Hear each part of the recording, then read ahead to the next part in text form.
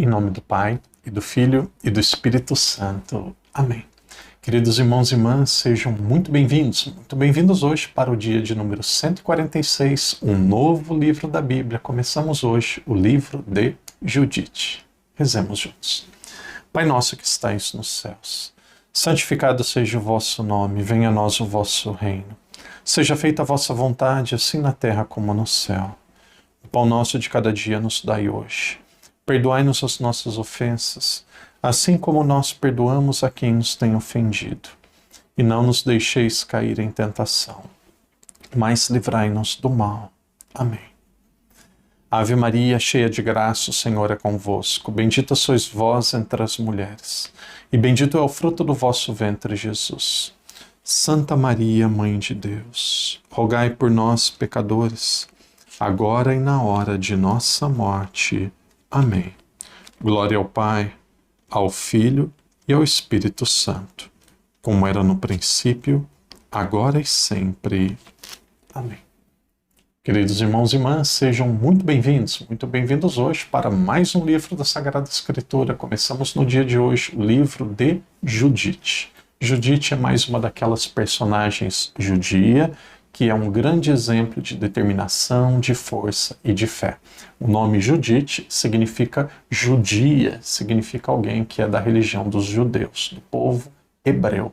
Então, um nome que representa aquilo que ela de fato era. Ela era uma judia, era alguém que era do povo hebreu.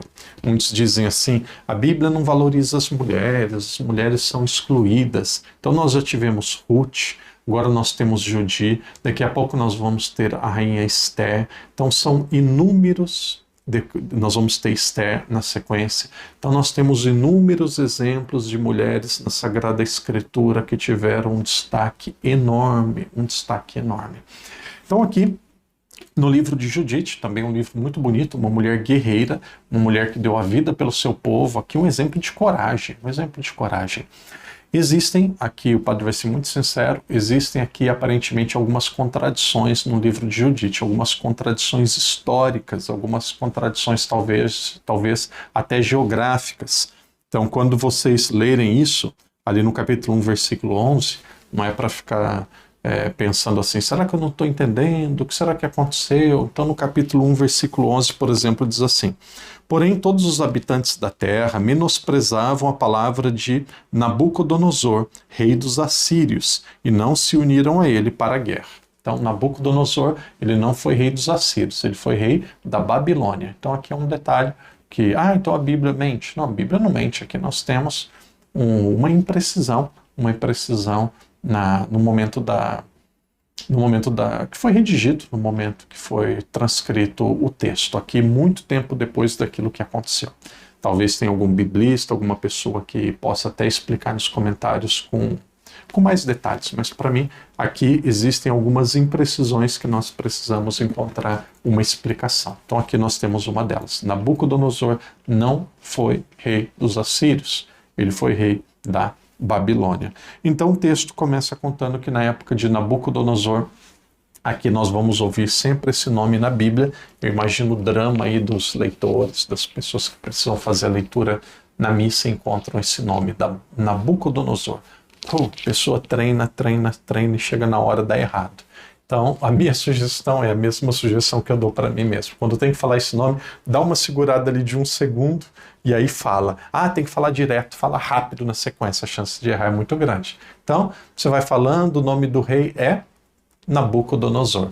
Tá? Então, dá uma seguradinha, depois vai lá e fala.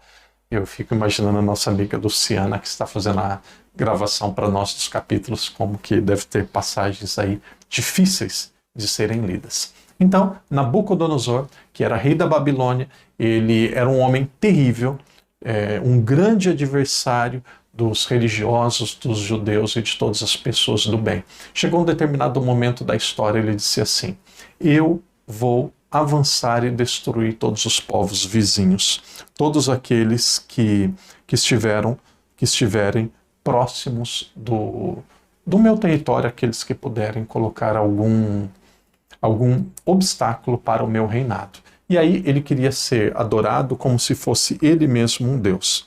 Então o texto vai mostrando que ele tinha uma campanha de conquistar vários lugares diferentes. E aí acontece que os judeus, eles dizem que não iriam adorá-lo, que ele não era um Deus. E aquilo ali coloca um grande desejo de vingança no coração dele contra os judeus por não adorá-lo. Então nós percebemos aqui, eu coloquei até na minha Bíblia um asterisco, início da guerra por orgulho, porque ele não foi ouvido. Então tem um período aqui, ele falou para vários povos, olha, se vocês não fizerem, não entregarem a sua terra, não fizerem aquilo que eu desejo, vocês serão atacados. E aí conta aqui que todos os povos entregaram suas terras, todos os povos foram submissos a eles, mas os hebreus, os judeus, não ouviram e não foram submissos. Então ele ficou profundamente ofendido, ele disse assim, como que o rei não é ouvido? Como que o rei não é respeitado? Então aqui ele planeja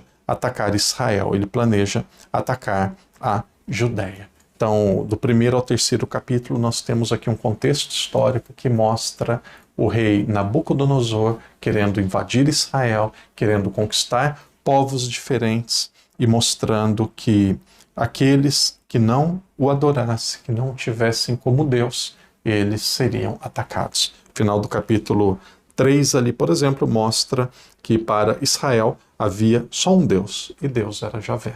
E aí ele se organiza, ele tem uma estratégia para atacar Israel e para conquistar Israel. O texto vai dizendo que quando ele começa a atacar Israel, todos ficaram aterrorizados, todos começam a ficar com medo, sabem que a vida deles estava em risco. E aí também tem uma parte aqui no capítulo 4, gostaria de ler para vocês. O povo, quando primeiro eles ignoraram, não queriam adorar Nabucodonosor, e de repente o rei, quando ele começa a invadir Israel, quando o povo percebe o risco, percebe que está realmente correndo o risco de perder a vida, de sofrer, aí as pessoas rezam com mais intensidade. É assim na nossa vida. Aumenta o sofrimento, aumenta o risco, parece que aumenta também a oração. Vejam ali no final do capítulo 4, ali a partir do versículo 3. O padre vai conferir aqui. Então, no final do capítulo 4, vai dizendo assim, no versículo 13. O Senhor ouviu a voz deles e considerou a sua tribulação. E aí segue. Havia dias o povo estava jejuando em toda a Judéia e em todo Jerusalém, diante do santuário do Senhor Todo-Poderoso. E aí vai dizendo como que o povo rezava, pedia a misericórdia de Deus. E aí, no capítulo 5, havia um homem que era um grande conselheiro do rei Nabucodonosor, que era um pagão, mas também um homem muito sábio. Então, ele conta para Nabucodonosor que que Javé estava com os hebreus, que Javé estava com os judeus, e que se eles fossem fiéis a Javé, eles venceriam qualquer tipo de guerra, eles venceriam qualquer batalha. Então, esse homem, mesmo sendo pagão, Aquior, mesmo sendo pagão, não sendo judeu, ele mostra ali toda a história da salvação, que quando o povo reza, quando o povo é fiel, Javé age na vida deles. Eu sugiro aqueles que puderem que leiam esse capítulo 5, para mim é a parte mais importante, aqui é a parte mais bonita do começo aqui do livro de Judite. Vai mostrar toda a história da salvação. Aqui é mais um capítulo que mostra um resumo de tudo aquilo que aconteceu. Então eu mostro aqui rapidamente na minha Bíblia. Vamos ver se dá para ver na Bíblia do Padre. Então aqui nós temos capítulo 5. Então nós vamos, se vocês lerem na Bíblia de vocês, aqui é um resumo do Antigo Testamento, um resumo da história da salvação. Se vocês começarem ali a partir do versículo 9, vai mostrar assim, veja o versículo 9. O Deus deles ordenou que saíssem do estrangeiro e fossem para a terra de Canaã. Isso daqui acontece com Abraão. E ele depois continua. Nela se instalaram e enriqueceram-se muito com ouro, prata e numerosos rebanhos. Desceram em seguida para o Egito, porque uma fome se abateu sobre a terra de Canaã. Habitaram lá enquanto encontraram alimento. tornaram-se ali uma grande multidão. Era inumerável a raça deles. Mas o rei do Egito levantou-se contra eles e enganou-os, submetendo-os ao trabalho pesado e à fabricação de tijolos. E aí vai continuar dizendo, então esse capítulo 5, aqui é um grande resumo do Antigo Testamento, um texto aqui muito importante que vale a pena ser lido. Na minha Bíblia eu coloco Canaã, Egito, chegada na Terra Prometida, pós-exílio, e aí Aquior, ele repete aqui novamente que se os judeus eles fossem fiéis, eles obedecessem a Deus, Nabucodonosor, qualquer um poderia atacar, que eles não perderiam nenhum tipo de guerra.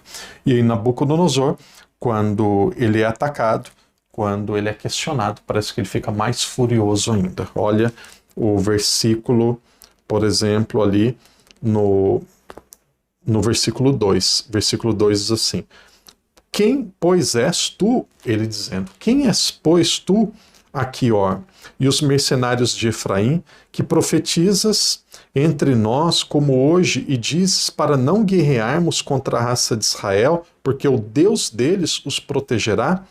Quem é Deus além de Nabucodonosor? Este enviará a sua força e os exterminará da face da terra, e o Deus deles não os salvará. Mas nós, seus servos, os esmagaremos como se fosse um único homem.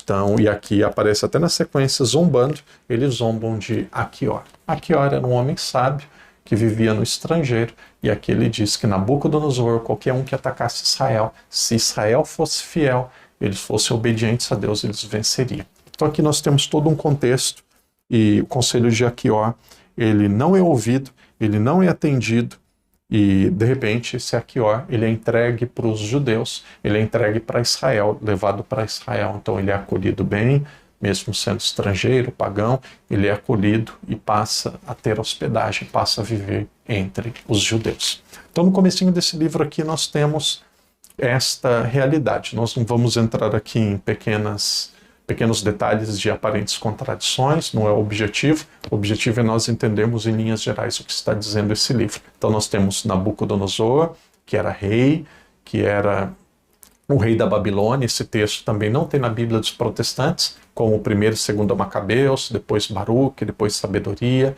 Eclesiástico. São textos, 7 livros que não tem na Bíblia protestante. E este livro é um dos livros que não tem, como parte de Daniel e parte de Esther. Então nós temos aqui um rei, Nabucodonosor, um rei extremamente violento, que pediu para todos os povos vizinhos obedecerem e ouvi-lo. E aí tem um rei, ou melhor, tem um povo que não escuta, que é Israel. Então com toda a sua fúria ele quer ouvir Israel. Aquior, que era um conselheiro, um homem muito sábio, diz que ele não deveria invadir Israel, porque Israel, se fosse fiel, ele venceria a guerra. E aí esse Nabucodonosor ele toma uma decisão ainda mais profunda, ainda mais forte, ele é ainda mais decidido a invadir Israel. E é isso que nós vamos ver a partir do dia de amanhã. Amanhã começa o capítulo 7 e vai mostrando como que ele invade Israel. Então nós temos o contexto da invasão, dizem para ele que era para ir pela montanha, para cortar as águas, a cisterna, que nós sabemos que sem água uma população não pode viver. Então aí os israelitas mesmo, os padres já adiantando amanhã, eles fizeram como se fosse o seguinte discernimento: se durante 5 dias Deus não agir, Deus não nos defender, aí nós vamos nos entregar a Nabucodonosor. De repente aparece Judite e ela diz assim: vocês querem colocar Deus na parede como se fosse um homem? Vocês dizem assim: se você não fizer isso, então nós vamos te abandonar. E aí de repente ela entra na história e se torna uma grande heroína. Então, irmão e irmã, nós temos aqui um período de invasão, um período de guerra, um período que Israel é colocado em risco. E aí, de repente, vem uma mulher e vai se comportar como uma libertadora. Um livro também muito interessante, um livro muito bonito, que vale a pena ser lido, que vale a pena ser meditado. Se você está um pouco para trás, você vai recuperando a leitura, vai lendo. Se você está junto com o padre e quiser, você pode adiantar, pode ir adiante. Penso que vale muito a pena. E quanto mais você lê, a partir do livro de Tobias, eu tenho muito essa impressão. Quanto mais a gente lê, mais a gente quer ler, porque são textos assim muito enriquecedores. Irmão, irmã, que Deus te abençoe, que Deus te proteja. Amanhã nós vamos continuar. Amanhã nós vamos para os próximos capítulos do livro de Judite. Que Deus te abençoe, que Deus te proteja, perseverança. E até amanhã, se Deus quiser. Em nome do Pai, do Filho e do Espírito Santo. Amém.